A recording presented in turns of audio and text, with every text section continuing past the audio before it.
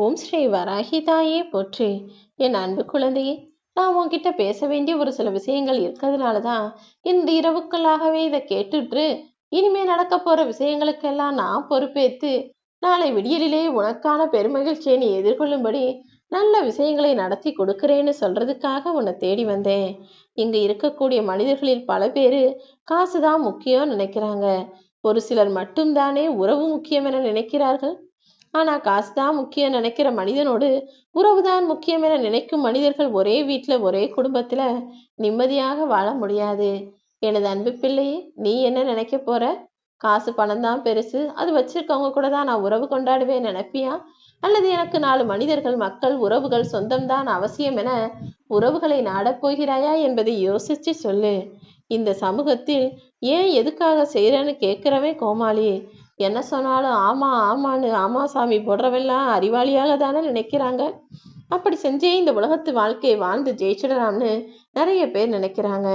எனது அன்பு குழந்தையே, நீயும் அப்படி ஏமாளி குழந்தையாக வாழ்க்கையை எதிர்கொள்ள தயாராக இல்லாத ஆளாக இருக்கக்கூடாது. அன்பு வைப்பதும் அதிகமாக உணர்ச்சி வசப்படுவதும் பொங்கி எழுவதும் இதெல்லாம் கூட இப்போது அசௌகரியமான செயலாக மாறிடுச்சு.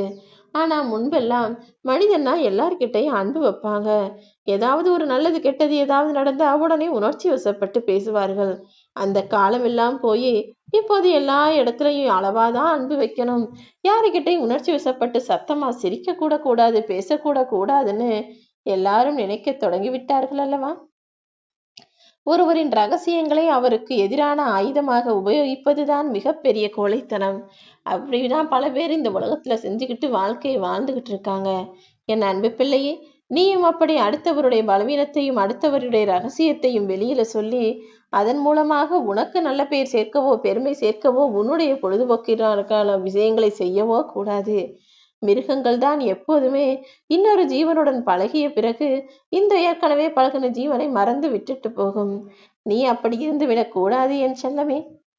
ஓடி ஓடி உழைக்கிற போதெல்லாம் சேராத பணம் தான் வேணான்னு இந்த உலகத்தை விட்டு போன பிறகு நெத்தியில வந்து ஒட்டிக்கிறமா.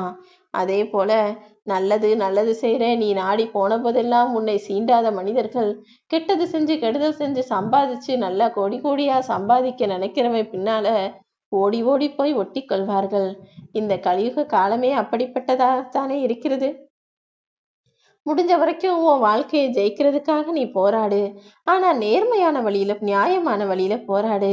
அப்படி நீ போராடும் போது வாழ்க்கையில ஜெயிக்கணும்னு நினைக்கும் போது உன் வாழ்க்கை உன்னை எதையாவது இழக்கும்படி செய்யும், உனக்கு தோல்விகளை கொடுக்கும்.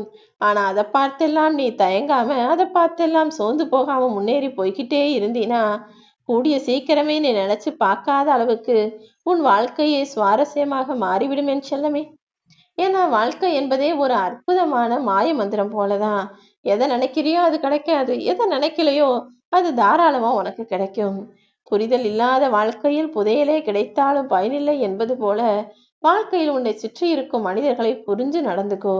அப்போதுதானே என்ன நடந்தாலும் எது நடந்தாலும் குடும்பத்திலே நீ இருக்கிற ஆளா இருந்தாலும் கூட ஒருவருக்கொருவர் புரிஞ்சுக்கிட்டு வாழ்க்கையில் அனைத்தையும் சமாளிச்சு சாதிக்க முடியும்.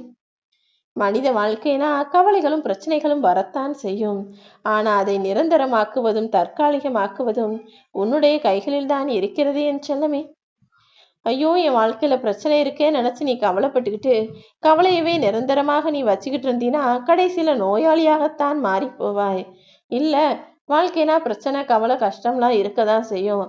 அதுக்காக நான் அதையே நினைச்சு வருத்தப்பட்டுக்கிட்டு இருக்க மாட்டேன், எல்லாத்தையும் மறந்துட்டு அடுத்து என்ன செய்யணுமோ என் வேலையை பார்க்க போயிடுவேன்னு கவலைகளை தற்காலிகமாக வச்சுக்கிட்டு அதை ஒரு ஓரத்துல தூக்கி ஒதுக்கி வச்சிட்டினா நீ புத்திசாலியாக உன் வாழ்க்கையை ஜெயித்து விடலாம். நம்ம அடுத்தவங்களை ஏமாத்தி சந்தோஷமா வாழலாம் நினைக்கிற மனிதர்கள் ஒரு விஷயத்த மட்டும் புரிஞ்சுக்கணும். யார் யாரை ஏமாத்தினாலும் அந்த ஏமாற்றிய கஷ்டத்தை இவர்களும் நிச்சயமாக அனுபவிப்பார்கள். அடுத்தவரை ஏமாற்றிவிட்டு இந்த உலகத்தில் யாரும் சந்தோஷமா நிம்மதியா வாழ்க்கையை வாழ்ந்திட முடியாது என் செல்லமே. ஏன்னா வாழ்க்கை ஒரு வட்டம். நீ நேத்து ஒருத்தவங்களுக்கு செஞ்சது இன்னைக்கு இன்னொருத்தர் மூலமா உனக்கு கிடைக்கும். இன்று நீ செய்கிற செயல் நல்லதாக இருந்தால் நாளை அதே செயல் நற்பலனாக பல 100 மடங்காக உன் வாழ்க்கையில நல்லதாக வந்து சேரும் என் செல்லமே. உனக்கு நேரம் சரியில்லைன்னு யாராவது சொன்னாங்கன்னா முதலில் நீ யாரை உயிராக நினைக்கிறியோ அவர்களை தான் உன்னிடம் இருந்து காலம் பறித்து கொள்ளும். அதுவே உனக்கு இழப்பாகும். எப்போதுமே நேரம் சரியில்லை, காலம் சரியில்லைன்னு யார் என்ன சொன்னாலும் அதை பெரிதாக எடுத்துக்கொள்ளாமல், என்னுடைய நேரத்தையும் காலத்தையும் சரி செய்து தர என் அம்மா வராகி இருக்கா. அவ எனக்கு ஒருபோதும் கெடுதல் செய்ய மாட்டான்னு என்னை நம்பி வா. நான் எப்பொழுதும் எக்காலத்திலும் உனக்கு எந்த தீங்கும் நேரும்படி விட்டுட்டு வேடிக்கை பார்க்க மாட்டேன் என் செல்லமே. நீ அமைதியா இருக்கணும், நிம்மதியா வாழணும்னு நினைச்சீனா, நீ கண்ணால் பார்ப்பதையும் காதுகளால் கேட்பதையும் யாருக்கிட்டையும் சொல்லாம இருந்தா போதும். ஏன்னா பார்க்கறதும் கேட்கறதும் எல்லாமே அடுத்தவர்கள் விஷயம்தானே. அடுத்தவங்க விஷயத்துல உனக்கு ஏன் அவ்வளவு அக்கறை? அதையெல்லாம் விட்டுட்டு உன் வாழ்க்கையில நீ என்ன செய்யணுமோ அதற்குண்டான வேலைகளை செய்து விட்டு கடந்து போய்க்கொண்டே இரு என் செல்லமே. ஒரு வண்டி நிறைய செங்கலை வச்சு ஒரு பெரிய கோவில் கட்டுறாங்கன்னு வச்சுக்கோ. அதுல முதல்ல இருக்கிற செங்கலெல்லாம் எடுத்து எடுத்து கோவிலோட வாசல்ல இருந்து அப்படியே உள்ள வச்சுக்கிட்டே போவாங்க. அதுல எந்த செங்கல் வந்து எல்லா எடையையும் தாங்கிக்கிட்டு கீழே இருந்துச்சோ, பொறுமையா காத்துக்கிட்டு இருந்துச்சோ, அந்த செங்கலை வச்சுதான் கடைசி அந்த கோவிலின் கலசத்தை கட்டுவார்கள். அதே போலதான் பொறுமையா எல்லாத்தையும் தாங்கிக்கிட்டு சமாளிச்சுக்கிட்டு காத்துக்கிட்டு இருக்கவங்க நிச்சயமாக மிகப்பெரிய பலனையும் அற்புதத்தையும் பெற்றே தீர்வார்கள். இப்போது புரிகிறதா? என் அன்பு பிள்ளையே, நீ சாதாரணமாக முதல்ல கிடைக்கிற செங்கல் கிடையாது.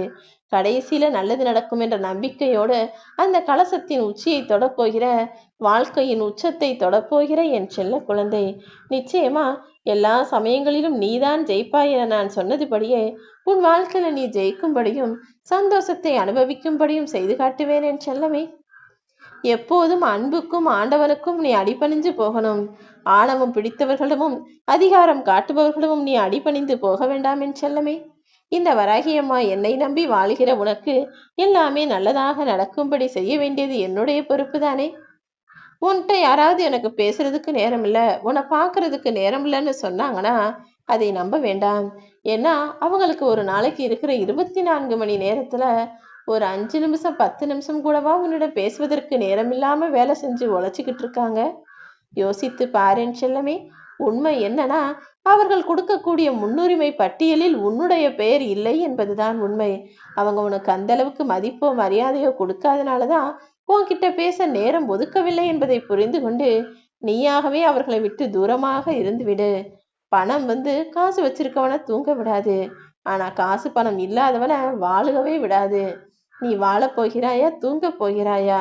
காசு பணம் என்பது சம்பாதிக்க வேண்டிய விஷயம்தான்.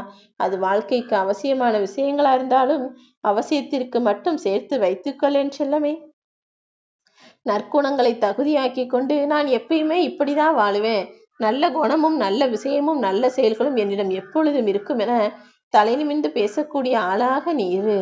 உன்னை புரிஞ்சுக்கிறவங்க புரிஞ்சுக்கிறட்டும், புரியாதவங்க உன்னை விட்டு விலகி போகட்டும். எதுவா இருந்தாலும் நட்டம் உனக்கு வராது என் செல்லமே. நல்ல குணங்களை கொண்ட என் பிள்ளையான நீ ஒருபோதும் நஷ்டப்பட மாட்டாய். உன் வாழ்வில் எல்லாமே உயர்வாக நடக்கும்படி செய்ய வேண்டியது என்னுடைய பொறுப்பு. மனித வாழ்க்கையில மன்னிக்கிறதும் மன்னிப்பு கேட்பதும் எந்த வகையிலும் உன்னை சிறுமைப்படுத்த போவதில்லை. ஏன்னா மனுஷன் எத்தனை வருஷம் எத்தனை காலம் வாழ போறான்னு யாருக்கும் தெரியாது. தவறு செஞ்சா உடனே போய் மன்னிப்பு கேட்டுரு. இல்ல வேற யாராவது தவறு செஞ்சுட்டேன்னு உன்கிட்ட மன்னிப்பு கேட்க வந்தாலும் அதை மறந்து மன்னித்து விடு என் செல்லமே. அதன் மூலமாக நீ எஞ்சிய நாட்களை நிம்மதியாய் சந்தோஷமாய் இன்பமாய் வாழலாம் அல்லவா?